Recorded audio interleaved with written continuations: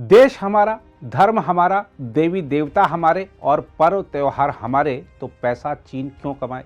यह सवाल हम इसलिए कर रहे हैं क्योंकि हाल के वर्षों तक भारतीय बाजारों में देखने को मिलता था कि खिलौने से लेकर मोबाइल तक, पर्वों त्योहारों पर मूर्तियों से लेकर मिट्टी के दिए और अन्य सजावटी सामान तक, डायपर से लेकर वाइपर तक, टीवी से लेकर कंप्यूटर तक सब कुछ मेड इन चाइना मिला करता था।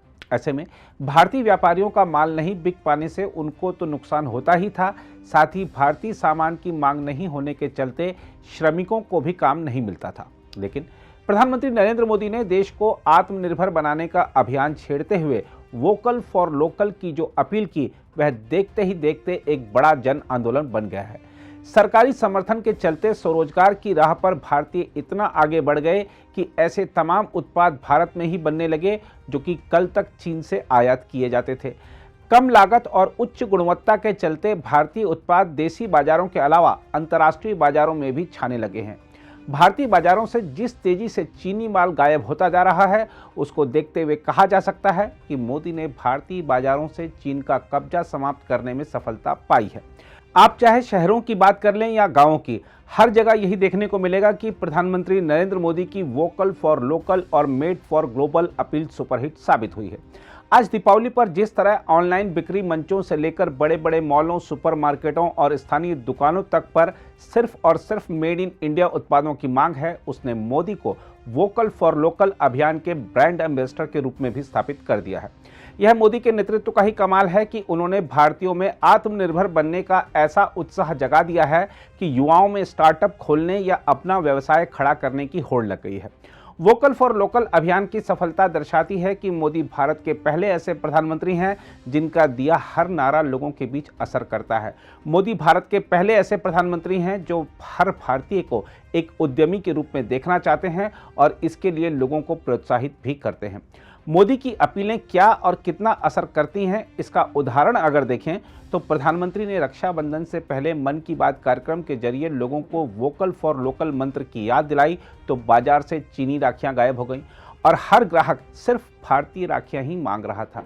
नवरात्रि और दीपावली से पहले देश में कारोबार को गति देने के लिए प्रधानमंत्री ने मन की बात में एक बार फिर वोकल फॉर लोकल की याद दिलाई, तो चाहे ऑनलाइन सेल हो या स्थानीय बाजारों की महासेल, सभी जगह सिर्फ और सिर्फ भारतीय सामान की ही मांग रही। मोदी चूंकि कुशल संगठनकर्ता भी हैं, इसलिए वह अपने हर अभियान से बड़ी संख्या में लोगों को जोड़ना भी जानते हैं। जैसे अंतर्राष्ट्रीय योग दिवस के जरिए उन्होंने पूरी दुनिया को योग से जोड़ दिया।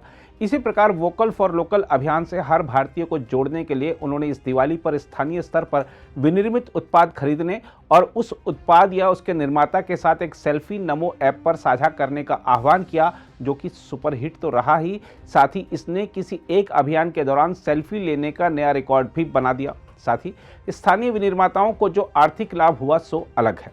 यही नहीं, प्रधानमंत्री सभी से यह अपील भी करते हैं कि आप जब भी घूमने या तीर्थ यात्रा पर जाएं, तब स्थानीय कारीगरों द्वारा बनाए गए उत्पाद जरूर खरीदें।